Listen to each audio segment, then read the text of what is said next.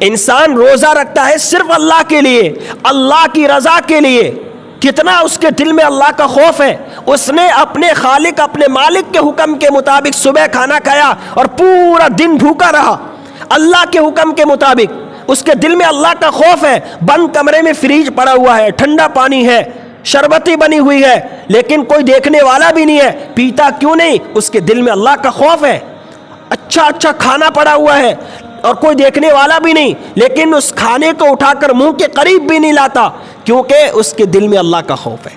کوئی نہیں دیکھتا اسے، لیکن اسے پتا ہے کہ جس کے لیے میں نے روزہ رکھا ہے وہ مجھے دیکھ رہا ہے۔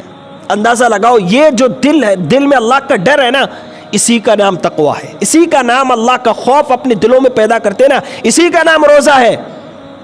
اس افطاری کے وقت دسترخوان سجا ہوا ہے، الگ الگ قسم کے کھانے پڑے ہوئے ہیں، فروٹ پڑے ہوئے ہیں، شربتیں پڑی ہوئی ہے، لیکن جب تک سورج غروب نہیں ہوتا، اذان نہیں لگتی، اس وقت تک اس گلاس کو اٹھا کر منہ کے قریب بھی نہیں لاتا ہے۔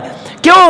اسے پتا ہے کہ جس کے لیے میں نے روزہ رکھا ہے، جب تک اس کا حکم نہیں آئے گا اس وقت تک میں روزہ افطار نہیں کروں گا۔ جب یہ منظر پروردگار دیکھتا ہے تو آسمان پر فرشتوں سے کہتا، فرشتوں دیکھو دیکھو، دسترخوان سجا ہوا ہے، فروٹ پڑے ہوئے ہیں، شربتی پڑی ہوئی ہے، کھانے پڑے ہوئے ہیں، لیکن اٹھا کر منہ کے قریب بھی نہیں لاتا، صرف اس وجہ سے کہ اس کے دل میں میرا خوف ہے۔ اللہ کہتے فرشتوں تم گواہ رہو، میں نے ان پر جنت واجب کر دی ہے۔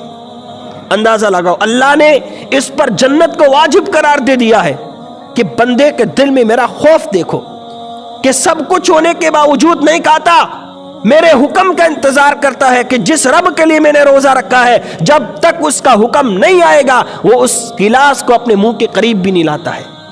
کتنا اس کے دل میں اللہ کا خوف ہے، اللہ کو اس خوف پر پیار آتا ہے، اللہ جو ڈر اپنے دلوں میں اللہ کا، اس پر اللہ کو محبت آتی ہے اور اللہ اس پر جنت کے فیصلے کر دیتا ہے۔ اس لیے روزہ رکھا کرو۔ روزہ اللہ کہتے ہیں الصوم لی، روزہ میرے لیے ہے، اس کا بدلہ میں خود دوں گا۔ تمام عبادتوں کا بدلہ فرشتے دیتے ہیں، اللہ فرماتے روزہ میرے لیے ہے، میں اس کا بدلہ ہوں، اس کا بدلہ، اس کا اجر میں خود دوں گا ان کو۔